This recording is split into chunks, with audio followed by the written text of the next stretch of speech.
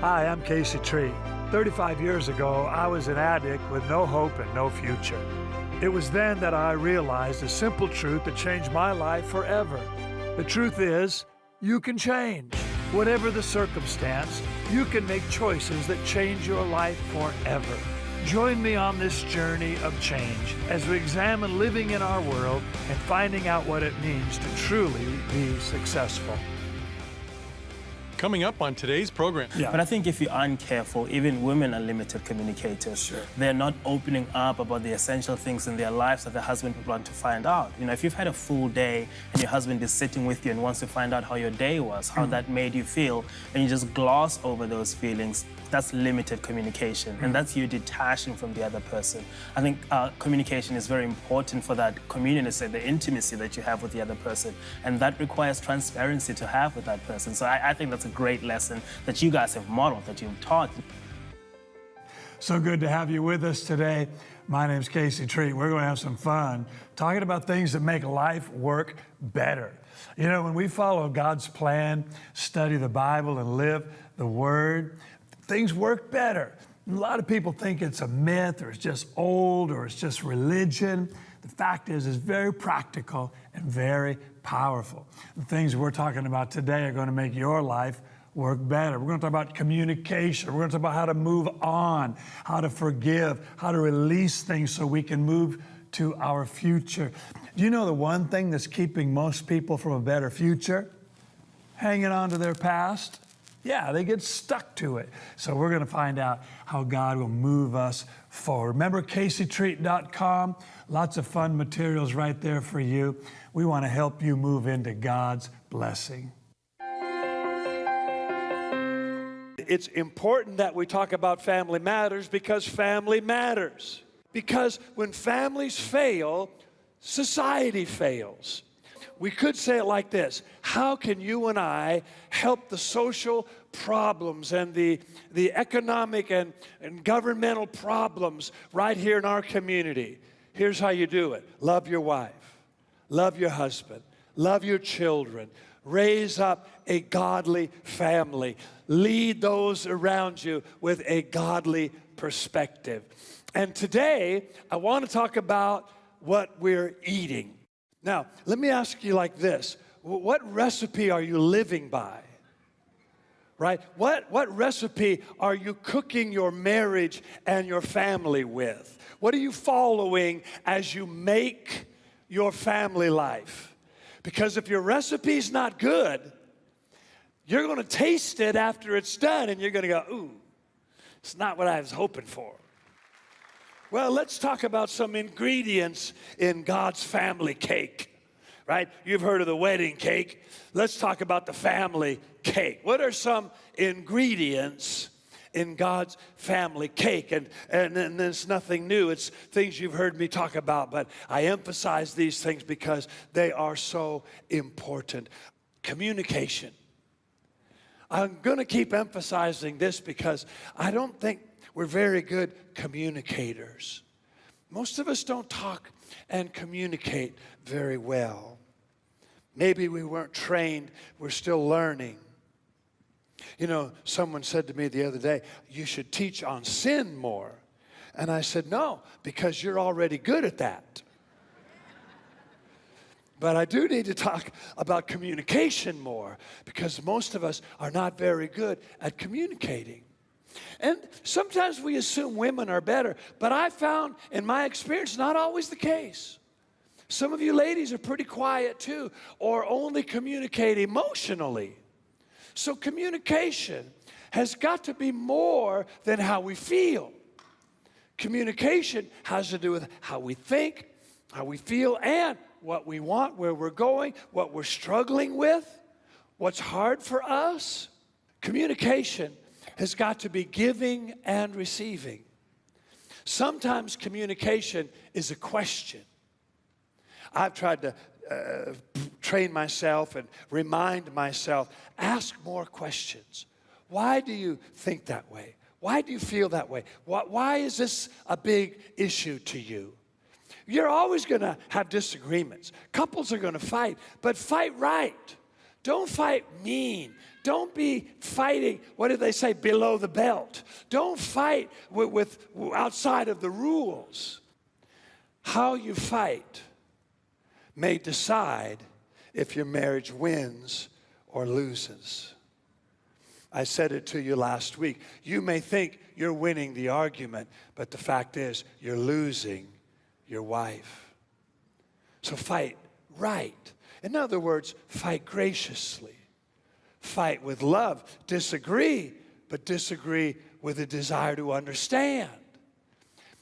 You know, when you're around a person for some time, you learn the things that really kind of push their buttons, right? Is that how we say it? You can really push their buttons. You know the things that really hurt their feelings or make them mad, get them, they'll get a reaction. And you know what they are. Why would you say that? Knowing it's going to hurt, knowing it's a soft spot, knowing that it's going to really provoke more hurt in your relationship. Why would you go there? Well, because we're not fighting right. We're fighting for some kind of personal gratification. We're not fighting so our family wins. We're not fighting so our marriage wins. We're just in some kind of argument and emotional debate, which isn't going to cause anybody to win. So we have to communicate in such a way that we learn and we grow and we ask questions and we make sure that we're getting to victory and not to something else. If our words are grieving the Holy Spirit, then He's not able to keep our family flowing together. So it's important that we communicate graciously. The last ingredient I'll mention before we run out of time is forgiveness. You'll always need a good amount of forgiveness in every relationship because we're human. We get our feelings hurt, we get upset, we go through challenges. Forgiveness means I can let it go. I can leave it behind and I can reset. You ever had to do that with your phone? Go to that place in your settings where it says reset.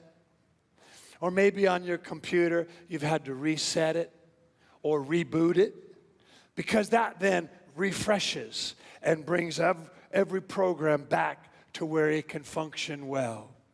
And every relationship needs a reset. That's forgiveness. In forgiveness, you don't change how you feel immediately. When you get hurt, you're still hurt after you forgive, but you've decided, I'm going to let it go.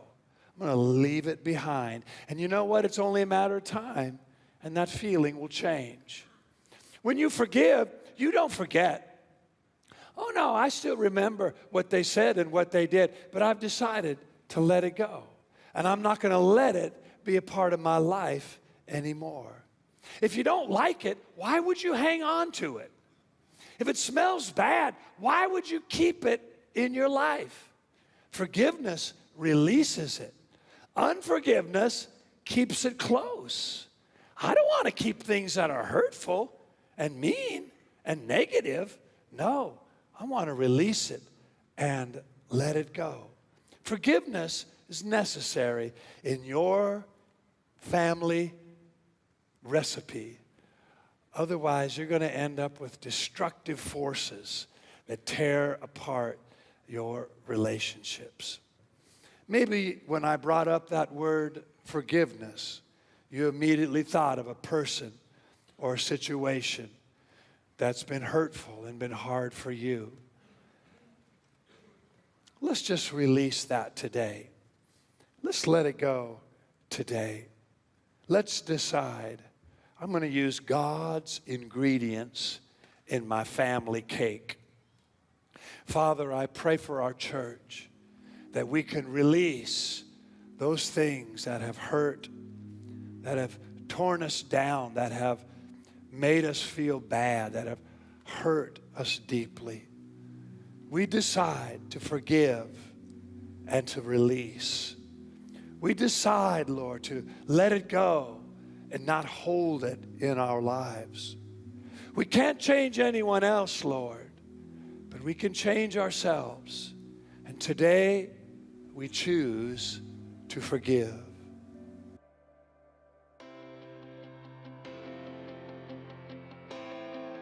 Did you know we have a YouTube channel? Did you know that we have the entire TV series available to watch on there? So if you missed the previous episode, head on over to our YouTube channel to catch up.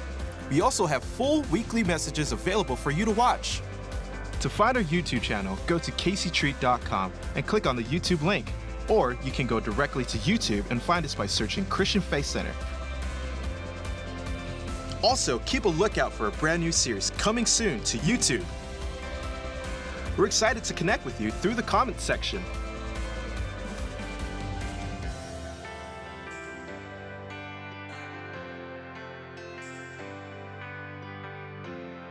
Make sure to like and subscribe to our YouTube channel.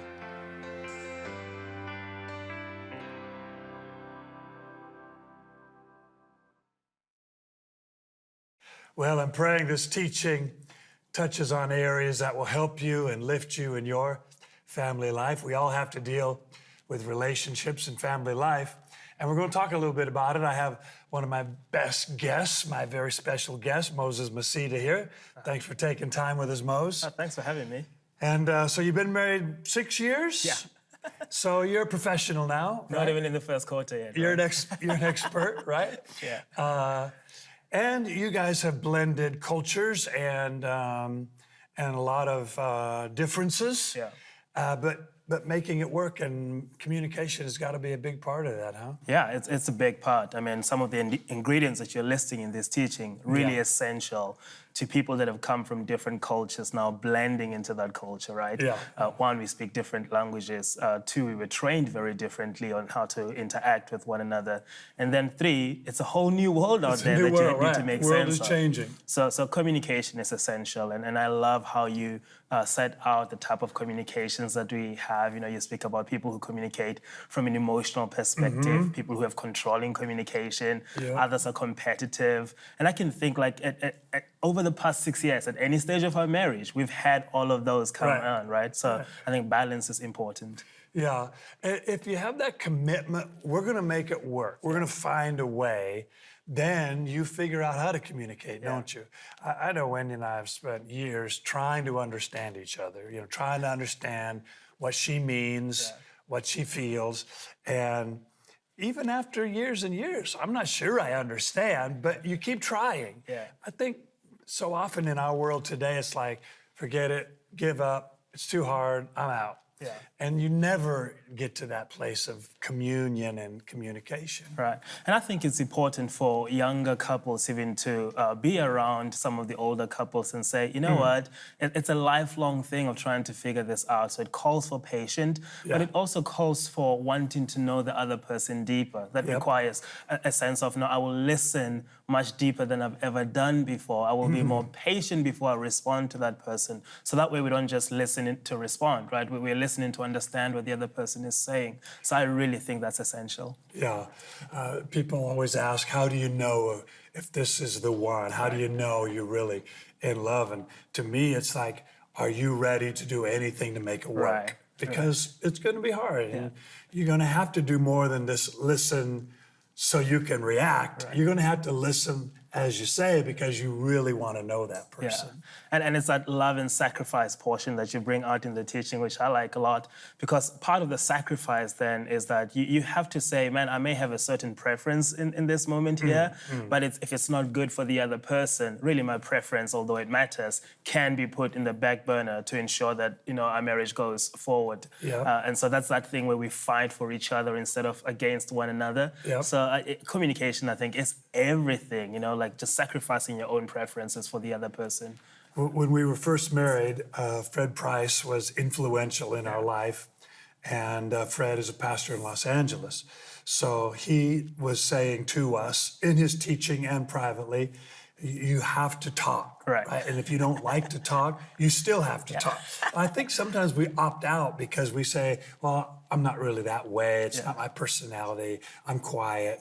Maybe men say that more than women. I'm not sure Yeah, about that's that. a stereotype for men, isn't it? That we are this limited communicators. Yeah. But I think if you aren't careful, even women are limited communicators. Sure. They're not opening up about the essential things in their lives that the husband would want to find out. If you've had a full day and your husband is sitting with you and wants to find out how your day was, how that made you feel, and you just gloss over those feelings, that's limited communication, and that's you detaching from the other person.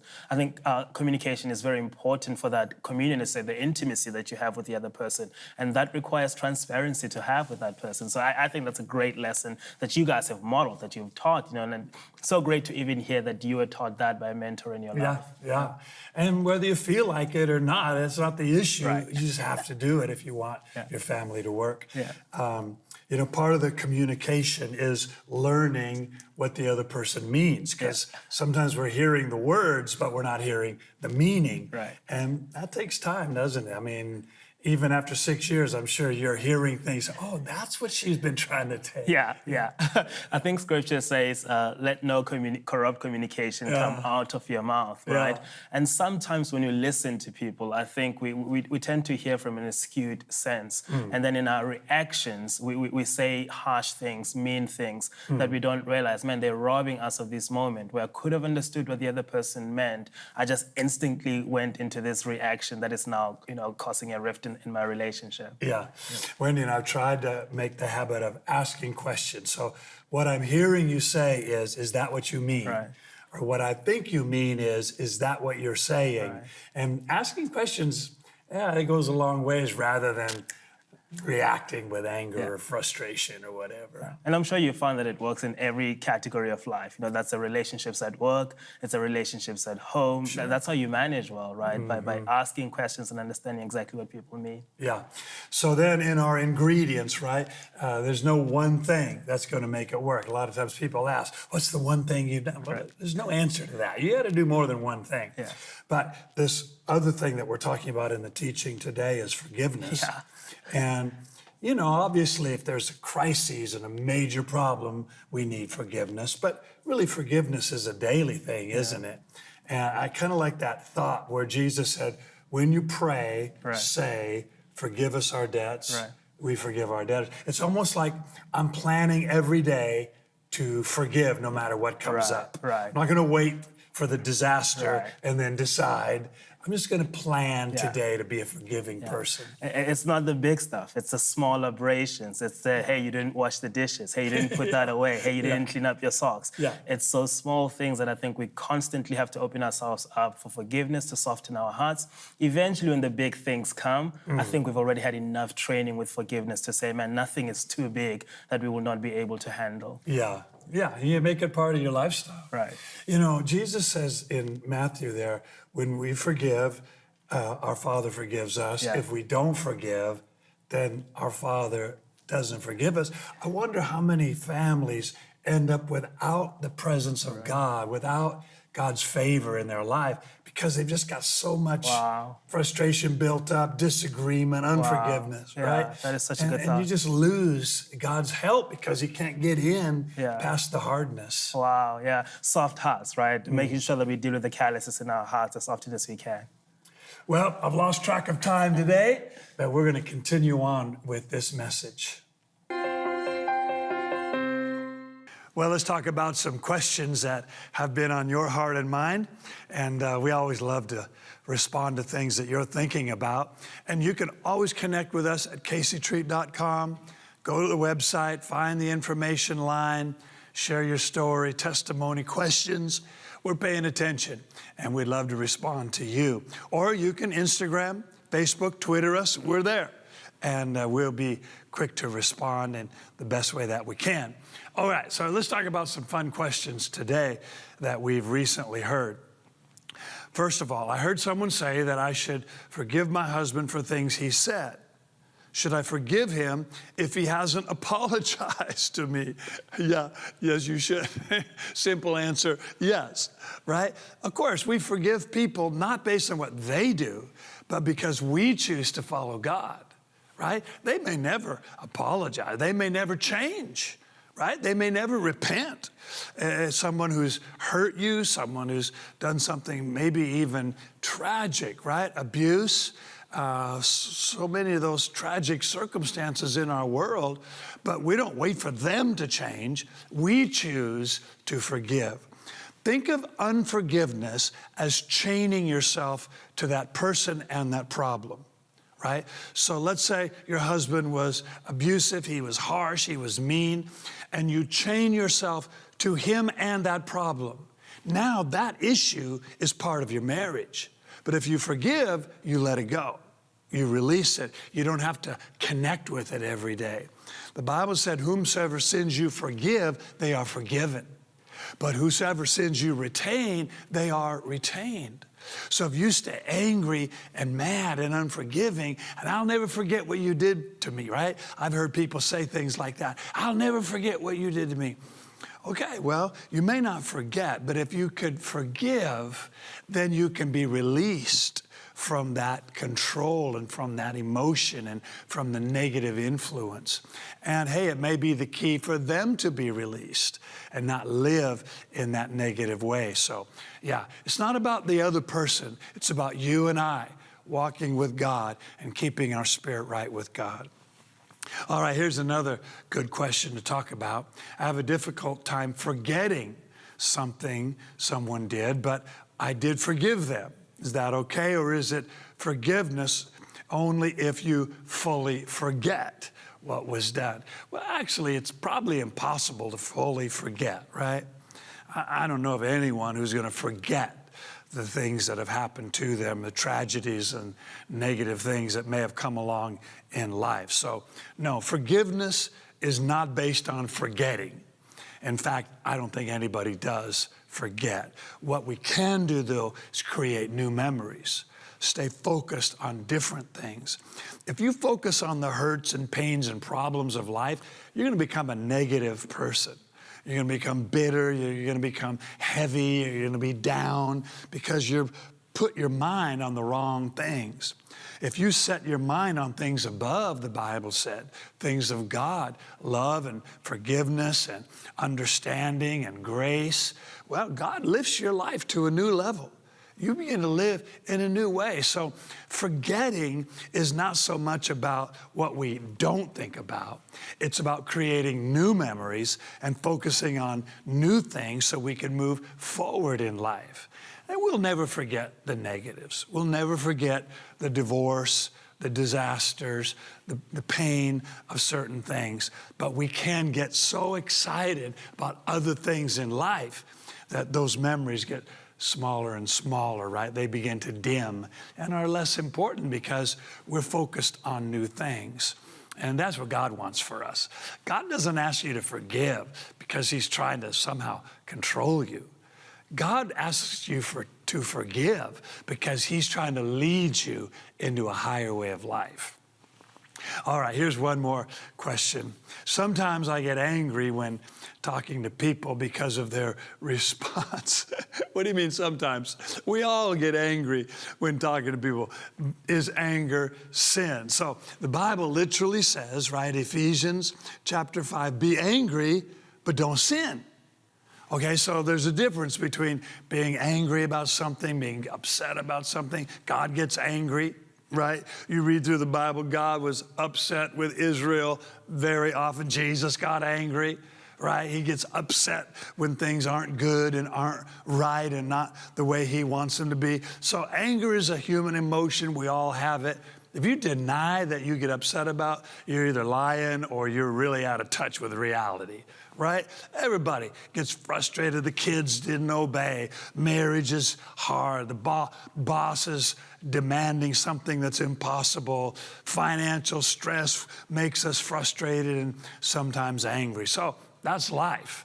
But sin is when you let anger run your life and you become physically abusive, you lose control, you start drinking to try to deal with your emotional pain, you start using drugs to try to overcome the drama in your life, right? So we can be angry and not sin, or we can let anger take over our life and end up in sin. And the Bible said, be angry, but do not sin.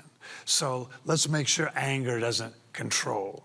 Let's acknowledge emotions, but don't let emotions run your life. It's like with fear. I may be nervous or I may be scared, but I'm not going to let that control my decisions or run my life.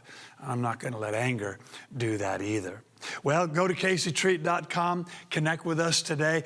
Get today's teaching, amazing stuff. We're believing with you as you're moving into God's best.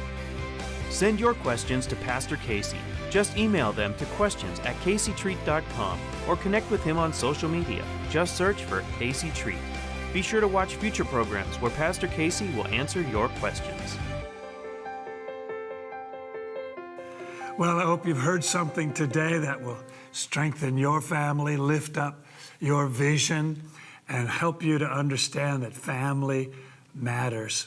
You know, we have this teaching in its entirety on DVD or on CDs, and we're only sharing a few moments here on the program. So make sure you go to CaseyTreat.com and get that Family Matters series, or you can connect with us through the information on your screen.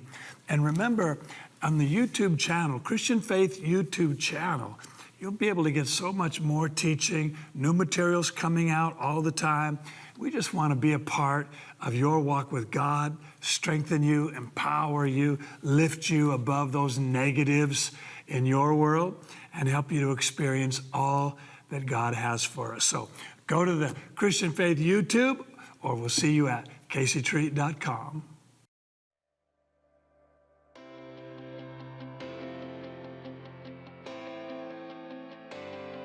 Did you know we have a YouTube channel? Did you know that we have the entire TV series available to watch on there? So if you missed the previous episode, head on over to our YouTube channel to catch up. We also have full weekly messages available for you to watch. To find our YouTube channel, go to CaseyTreat.com and click on the YouTube link. Or you can go directly to YouTube and find us by searching Christian Faith Center. Also, keep a lookout for a brand new series coming soon to YouTube. We're excited to connect with you through the comments section.